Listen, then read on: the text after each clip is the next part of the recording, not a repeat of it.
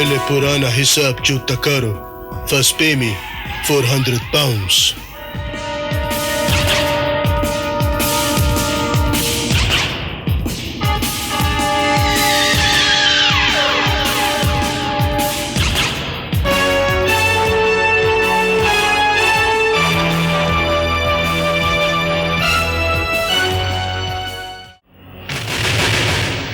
कमाल करते हैं आप नाना, कमाल करते हैं आप. मैंने उसका खात्मा करने के लिए कहा था और आप उसे वहां जिंदा छोड़ा है. पहले ही इतने कत्लों का भूत हमारे सरों पर मंडला रहा है, अब उसमें एक और का इजाफा करते.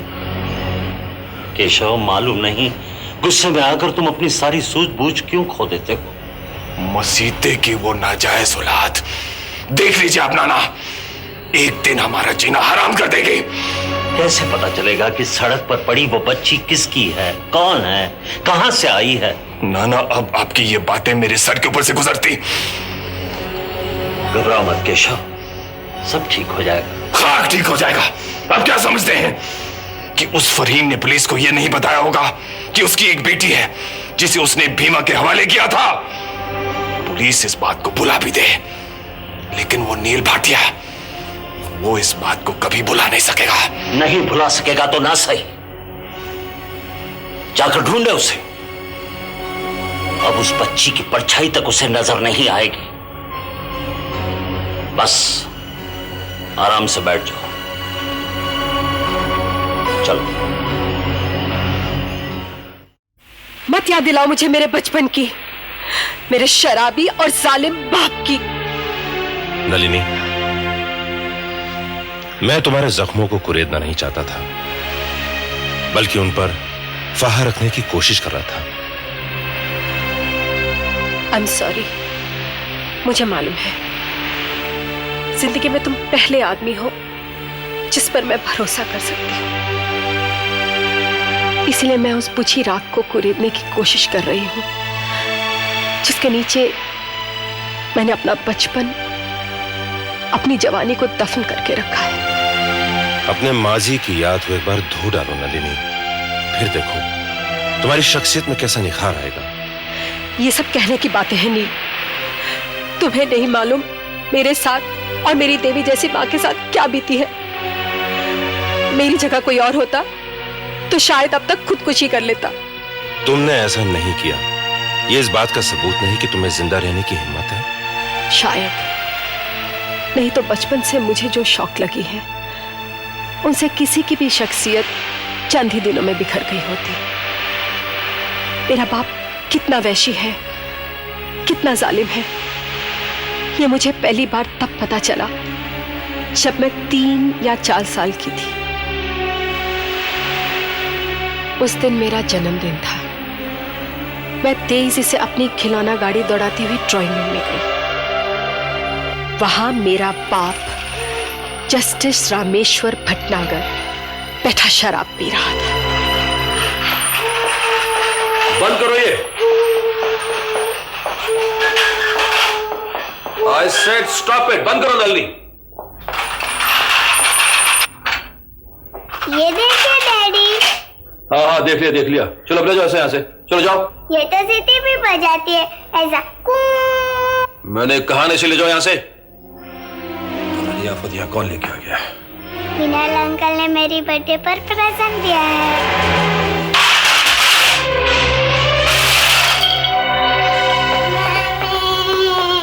डैडी ने मेरी गाड़ी तोड़ दी. मम्मी मम्मी चुप. मम्मी. मैं कहता चुप हो जा. चुप कर जा, तेरी पिटाई करूंगा मैं. चुप. क्या हो रहा है? छोड़ दो इसे. मैं कहती हूँ छोड़ दो इसे. ले जाओ इसे मेरे सामने से. मैं कहता हूँ ले जाओ इसे, नहीं तो मैं. क्या किया है इसने? बोलो क्या किया है? मालूम नहीं क्या हो गया है तुम्हें. पीकर अब तुम ये भी भूल जाते हो कि ये तुम्हारी बेटी है, तुम्हारी अपनी बच्ची. ये मेरी बेटी नहीं है. ये मेरी बेटी हो ही नहीं सकती है. ले जाओ इसे और फेंक दो उस मृणाल मोदी के पास जिसकी ये है. शर्म नहीं आती अपनी बीवी पर झूठा लांछन लगाते हुए? लांछन? तुम सच्चाई को झूठा लांछन कहती हो? उस मृणाल को देखकर किसकी बातें खिल जाती है? कौन उसकी इतनी खातिर करता है? मैं कोई अंधा नहीं हूं, सब कुछ देखता हूं। ना लीव मी अलोन, और चल जाओ यहां से, ले जाओ उसको यहां से। मैं उसकी शुरू नहीं करना चाहता, ले जाओ। तुम तो दरिंदे से भी बदतर होते जा रहे हो। तुमने मुझे दरिंदा कहा? जस्टिस भटनागर को दरिंदा कहा, जिसके सामने अच्छे अच्छों की खिड़की बंद हो जाती है? दरिंदे को दरिंदा नहीं कहूं तो और क्या कहूं? तुमने फिर मुझे दरिंदा कहा।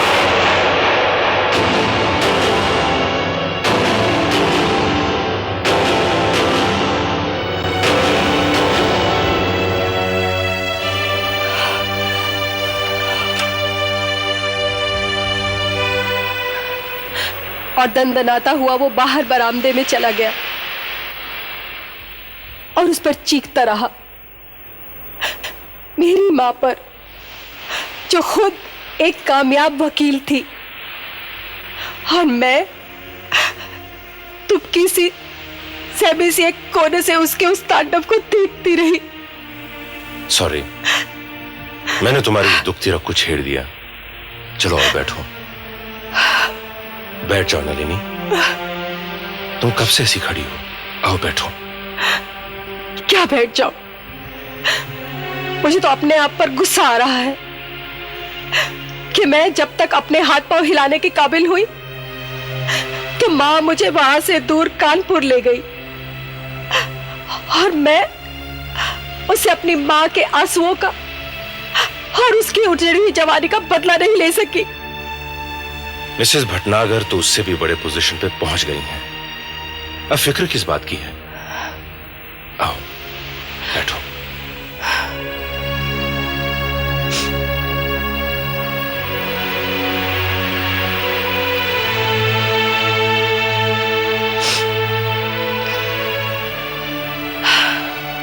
हाँ, वो बहुत बड़ी जज बन गई, मेरे डैडी से भी बड़ी जज, हाई कोर्ट जज। लेकिन उनकी जिंदगी में जो एक खालीपन रह गया सो रह गया। अब तुम्हें क्या क्या बताऊं, अपना कौन कौन सा जख्म दिखाऊं, जाने दो। देखो ना, शहर से इतनी दूर तुम्हें लाई थी तुम्हारा गम गलत करने, और अपना दुखड़ा लेके बैठ गई। दूसरे के दर्द को जानने, महसूस करने से अपने दर्द की तड़प कम हो जाती है। पता नहीं इस वक्त तुम मेरे बारे में क्या सोच रहे होगे। क्या सोच रहा हूं सच बताऊं? मैं सोच रहा हूं कि तुम मुझे जिंदगी के इस मंजिल पर क्यों मिली हो जब मैं अंदर से बिल्कुल बुझ चुका हूं। नील, हमारा ये रिश्ता इतना खूबसूरत है, उसे ऐसी बातों से खराब मत करो, नहीं तो मुझे तुम में और दूसरे मर्दों में कोई फर्क नजर नहीं आएगा। यकीन मानो, तुम्हें इस नतीजे पर पहुंचने का मौका नहीं मिलेगा। रे कहा ना नाम लिख के दो। अरे हमको ऐसा नहीं रोकते हैं भैया, तोहार साहब से मिलने के लिए हमको कौनों की इजाजत की जरूरत नहीं है मुन्ना। हाँ राम जी के राजा साहेब, ससुर आपके ये सेवक बहुत तंग करते हैं। तुम इस तरह से दिन दिहाड़े मेरे दफ्तर में कैसे चले आए? अरे शांत हो जाइए राजा साहेब, शांत। अब आप ही बताइए, ये दफ्तर का काम दफ्तर में नहीं निपटाएंगे तो कहाँ जाएंगे? मैंने तुमसे कितनी बार कहा है कि तुम्हें जो भी कहना हो मेरे घर पे आके कहो, और वो भी रात के अंधेरे में। ये लो, हम कौन आपसे काले धंधे की बात करने आए हैं क्या राजा साहेब? अरे हम तो एक अपने फ्लैट के बारे में कंप्लेंट करने के लिए आए हैं, और ये तो बहुत उजला काम है, एकदम साफ सफेद दूध का माफिक नहीं का। अच्छा, अब ये नेतागिरी की भाषा छोड़ो और सीधी तरह से बताओ कि तकलीफ क्या है। फ्लैट की चाबियां तुम्हें मिल गई थी? वही का शुक्रिया अदा करने आए हैं। आपने हमें फ्लैट दिया, आपका ये एहसान हम जिंदगानी में कभी नहीं चुका पाएंगे। लेकिन फ्लैट देते हुए आपने एक बात का ख्याल नहीं किया राजा साहब, कि ये मनीष महाजन को भी तो अपना धंधा करना है ना। वो जो ग्राउंड फ्लोर पे कोने वाला फ्लैट मिल जाता ना, तो हमारे मैया बापू को चढ़ने उतरने में दिक्कत नहीं होती, और नहीं आपको। मुझे भला क्या दिक्कत हो सकती है? ये लो, यहीं पे तो चूक कर गए ना राजा साहेब। अरे मनीष महाजन को अपनी बिरादरी में शामिल किए हैं तो ये ससुर आना जाना तो लगा ही रहेगा ना राजा साहेब का। बहुत बोलते हो महाजन, बहुत ज्यादा बोलते हो। नेता है ना साहेब। ओ आदित्य धनराज के मजदूर ये मनीष महाजन की कस्में खाते हैं। ठीक है, तुम्हारा फ्लैट बदलवा देंगे। वो तो आप बदलवा ही देंगे नहीं तो आपको ये मनीष महाजन के यहाँ आते जाते देखकर लोग शक में नहीं पड़ जाएंगे। और तुम अपनी ये जबान चलाना बंद करो और मुझे बताओ कि मेरा काम कहाँ तक पहुंचा है। भूसे में चिंगारी डाल दिए हैं राजा साहेब, बस कनिक हवा देने की देर है। अगर वीडियो पसंद आया तो लाइक, शेयर और सब्सक्राइब जरूर करें।